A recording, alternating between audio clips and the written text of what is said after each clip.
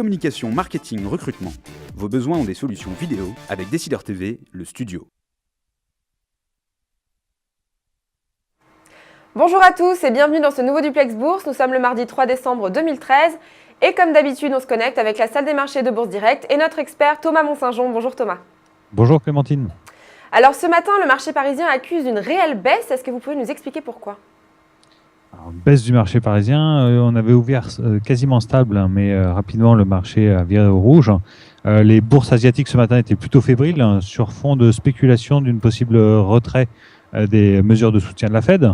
On a également eu l'indice officiel de l'activité des services en Chine qui a ralenti au mois de novembre pour sortir à 56 contre 56,30, donc légèrement décevant.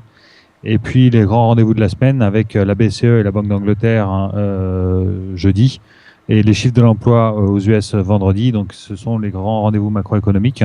Pour le moment, on reste quand même, toujours dans des cours relativement raisonnables. Alors du côté de l'analyse technique maintenant, quels sont les supports et résistances que vous allez suivre aujourd'hui ?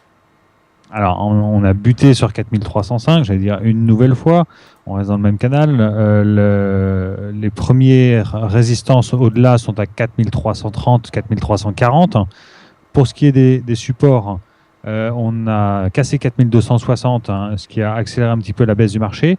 On est venu tester la zone 4225, 4219 pour un éventuel rebond. Si on devait aller voir plus bas, seuil à surveiller 4193. Alors on passe maintenant du côté des titres où on s'intéresse aujourd'hui au secteur des télécoms avec notamment une baisse d'Orange et puis les résultats du troisième trimestre pour Neopost. Exactement. Donc au niveau des télécoms, l'ensemble du secteur souffre en bourse suite à l'annonce de Free, donc la filiale de Iliad, filiale de téléphonie mobile, qui a annoncé le lancement de ses tarifs 4G et ils vont finalement inclure la 4G au même tarif que la 3G. Donc le quatrième opérateur mobile français se positionne une fois de plus avec des prix discount. Ça casse vraiment l'ensemble des prix du marché. C'est l'offre low cost et la concurrence va vraiment souffrir. Donc Orange perd plus de 3% à la bourse, Vivendi 1,5%, à peu près pareil pour Bouygues.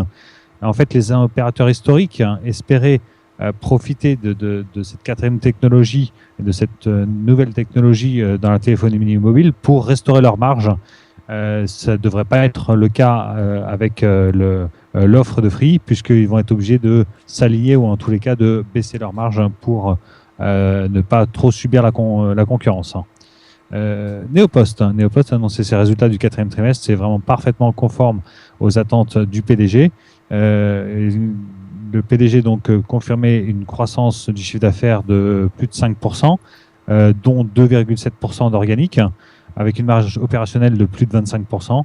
Ce sont des très bons résultats, conformes aux attentes. Le titre consolide un tout petit peu, mais c'est vraiment uniquement une consolidation de circonstances, puisque l'action avait gagné plus de 46% depuis le début de l'année. Alors comme d'habitude, on finit avec un petit tour du côté de Wall Street, où les indices ont terminé dans le rouge hier, avec un bilan assez mitigé du Black Friday. Dow Jones perd 0,50% hier soir, Nasdaq 0,30%, après le long week-end de Thanksgiving. Pour ce qui est du Black Friday, les chiffres de consommation sont un petit peu mitigés. En réalité, les consommateurs ont été plus nombreux, mais ont dépensé un panier moyen moins important que l'année dernière. Au final, on va dire une impression mitigée. On attend encore les chiffres définitifs.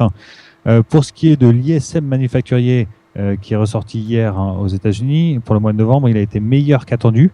Ça fait ressurgir un petit peu les possibles diminutions des achats d'actifs par la Fed, qui doit se réunir donc le 17 et le 18 décembre avec le verdict le 18 décembre. Sinon, au niveau des statistiques, ce sera vraiment le chiffre majeur de l'emploi qui sortira vendredi, qui pourra nous donner un petit peu plus d'indications sur ce marché qui reste relativement autonome.